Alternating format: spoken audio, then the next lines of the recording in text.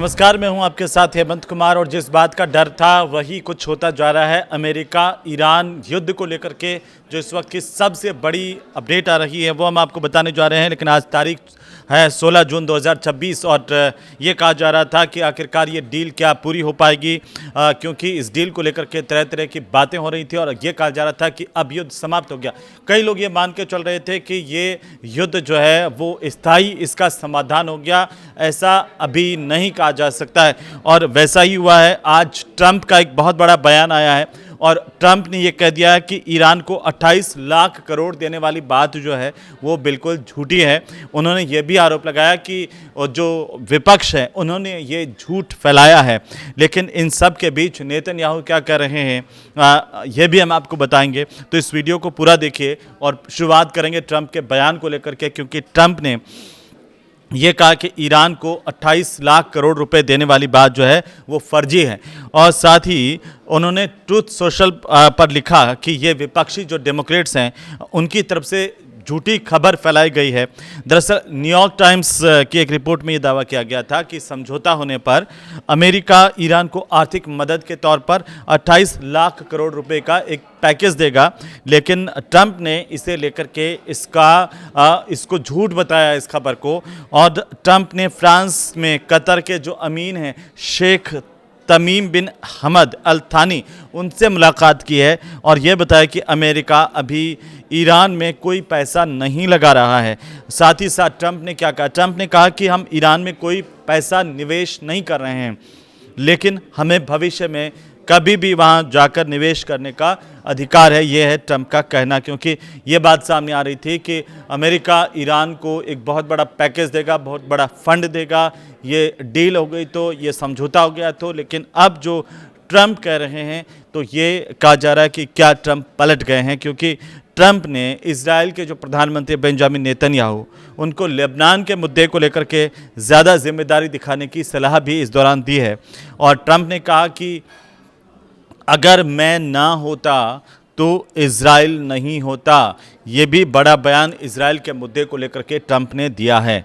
उन्होंने ये भी कहा कि किसी दूसरे अमेरिकी राष्ट्रपति ने इजराइल के लिए उतना नहीं किया जितना उन्होंने किया है, यानी कि ट्रंप ने किया है। ये पूरी डील को अगर आप देखेंगे तो ये 14 पॉइंट्स की डील है, जिसे लेकर के अभी अंतर्राष्ट्रीय मीडिया के अंदर ये जो पूरा का पूरा जो समझौता है वो है, जिसमें पहला बिंदु इसी बात को लेकर के है कि ईरान जो है वो लेबनान और बाकी सभी मोर्चों पर युद्ध तुरंत बंद होगा।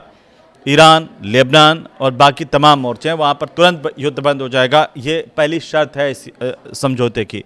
दूसरी बड़ी बात है कि अमेरिका और इजराइल फिर कोई नया युद्ध शुरू नहीं करने की गारंटी देंगे ईरान को कि फिर से कोई युद्ध शुरू नहीं करेंगे, और इसलिए कहा जा रहा था कि यह एक क्या स्थायी समझौता होने वाला है अगर वो गारंटी देते हैं तो। और तीसरी सबसे बड़ी बात है कि अमेरिका इजराइल की ओर से सुरक्षा गारंटी देगा कि उनकी तरफ से कोई खतरा नहीं है। हॉर्मुज वाली बात पर यह है कि हॉर्मुज स्ट्रेट से अमेरिकी नाकेबंदी को हटाने की बात भी इसमें कही गई है। ईरानी जहाज़ों और समुद्री व्यापार पर जो पाबंदियां लगी हुई थी उनको खत्म करने की बात भी है। साथ ही 30 दिनों के अंदर समुद्री व्यापार को पहले की तरह से बहाल किया जाएगा। ये भी इसके अंदर पॉइंट है, मुद्दा है।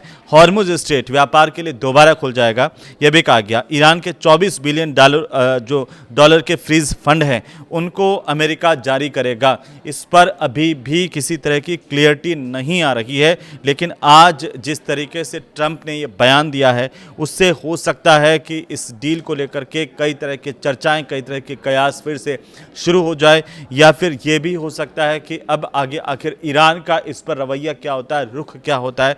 क्या ये बात सही है कि समझौते के अंदर अमेरिका ने ईरान को कोई बड़ा पैकेज देने का दावा वादा नहीं किया था? जहां तक अभी 14 जो शर्तें आई हैं उनको अगर आप एक एक करके देखते हैं तो उसमें जो मैं एक एक करके बता रहा हूं उसमें नवीं जो सबसे बड़ी शर्त है वो यह है कि शुरुआती चरण में फ्रीज फंड का आधा हिस्सा जारी होगा, उसके बाद आधा हिस्सा जारी करेंगे, एक साथ कोई हिस्सा जारी नहीं होगा। अमेरिका ईरान के तेल बंदरगाहों और बाकी जो जगह हैं प्रतिबंधों को हटाने की शुरुआत करेगा, एकदम से हटाएगा नहीं, एक एक करके प्रतिबंध हटाने की शुरुआत होगी। आप इसको समझिए। बातचीत के दौरान अमेरिका जो है वो ईरान पर कोई नया प्रतिबंध नहीं लगाएगा, ये भी एक वादा किया गया है। अमेरिका 30 दिनों के अंदर ईरान के आसपास से जो सैन्य मौजूदगी है उसको कम करेगा, उसको पूरा हटाएगा, ये नहीं लिखा हुआ है। आप देखिए इन शर्तों में। और 13वां जो सबसे बड़ा पॉइंट है कि ईरान जो है वो परमाणु हथियार नहीं बनाएगा। 60% जो एनरिच्ड यूरेनियम है उसको, उसके मुद्दे पर आगे बातचीत होगी कि उसका क्या किया जाना है। जो सबसे ज़्यादा संवर्धित यूरेनियम जिसे कहा जाता है उस पर बातचीत होगी। और 14वां महत्वपूर्ण बिंदु है कि 60 दिनों तक आखिरी बातचीत होगी और जिसमें परमाणु कार्यक्रम जो प्रतिबंध है उनसे राहत और युद्ध के बाद पुनर्निर्माण की बात इसमें कहेगी। पुनर्निर्माण जैसे मुद्दे हैं उन पर समझौते की कोशिश होगी।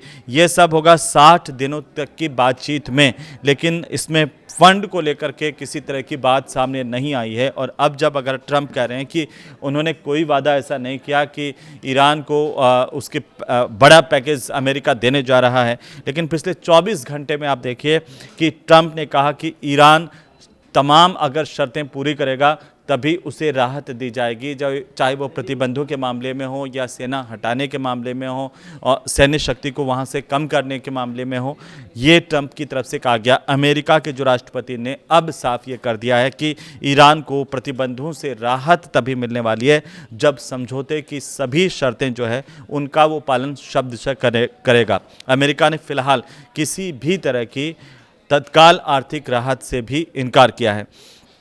इजराइल ने इस डील से किनारा कर दिया, ये भी पिछले 24 घंटे में हुआ है, क्योंकि इजराइल के जो राष्ट्रीय सुरक्षा मंत्री हैं इतमार बेन ग्वीर, उन्होंने कहा कि ये ट्रंप की डील है और इजराइल इसमें जो है वो बंधा हुआ नहीं है। तो अब इजराइल वाला जो पॉइंट है उस पर क्या होगा ये भी देखने वाली बात होगी। वहीं इजराइल जो रक्षा मंत्री हैं इजराइल के कार्ड्स, उन्होंने भी इस पर साफ कहा कि दक्षिणी लेबनान से सेना नहीं हटेगी। अगर नहीं हटेगी तो ये जो समझौते की शर्त है जिसमें यह कहा गया है कि युद्ध आगे नहीं होगा, या चाहे वो लेबनान के मुद्दे पर हो या फिर ईरान के मुद्दे पर हो, वो अमेरिका इस तरह से जो युद्ध पर पूरी तरह से प्रतिबंध रहेगा। उसका क्या होगा अगर इजराइल पर अमेरिका गारंटी नहीं दे सकता है तो फिर ईरान इस पर क्या कदम उठाएगा, ये देखने वाली बात होगी। मैक्रो ने कहा है कि यूरेनियम पर एक शर्त है। फ्रांस के जो राष्ट्रपति हैं इमैनुअल मैक्रो, उन्होंने कहा कि ईरान से जो संवर्धित यूरेनियम है, जिसे हम संवर्धित यूरेनियम कहते हैं, एनरिच्ड यूरेनियम, उसका जो भंडार है उसको निष्क्रिय करके IAEA की निगरानी में उसे रखा जाना चाहिए। हालांकि अभी इस पर कोई बात आगे नहीं बढ़ी है। 60 दिनों तक जो बातचीत होनी है उसमें इस एनरिच्ड यूरेनियम को लेकर के बात होनी है, लेकिन उससे पहले मैक्रों की ये जो बात है, जो शर्त है, वो काफ़ी महत्वपूर्ण है। उन्होंने ये भी कहा कि इसका इस्तेमाल परमाणु हथियारों के लिए नहीं हो सके, इसके लिए इसे IAEA को हैंडओवर कर देना चाहिए, उसकी निगरानी में इसे रखा जाना चाहिए। हालांकि इससे पहले ईरान की तरफ से इस समझौते को अपनी जीत बताया गया था और दुनिया भर में कहा गया था कि इस जंग में अमेरिका को लेने के देने पड़ गए, क्योंकि ये जो जंग इतने दिनों तक चली और उसके बाद अब ईरान की शर्तों पर समझौता हो रहा है। लेकिन उस पर एक बार फिर से ट्रंप पलटते हुए नजर आ रहे हैं, पलटते हुए दिखाई दे रहे हैं। जो ईरान के राष्ट्रपति हैं मसूद पज़ेश्कियान, उन्होंने अमेरिका के साथ हुए समझौते को लेकर के इसे जीत का दस्तावेज बताया था। तो क्या जीत बरकरार रहेगी ईरान की, यह भी देखने वाली बात होगी।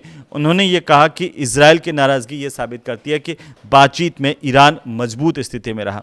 दुनिया भर के देशों ने इस समझौते का स्वागत किया है, अभिनंदन किया है, लेकिन समझौता कितना टिकेगा इस पर सबकी नज़रें हैं। चाहे जिसमें UAE हो, कुवैत हो और स्विट्ज़रलैंड हो, कतर हो, पाकिस्तान, ये तमाम जो देश हैं, इन्होंने अमेरिका ईरान के आपस के समझौते को क्षेत्रीय शांति और स्थिरता की दिशा में बड़ा कदम बताया है।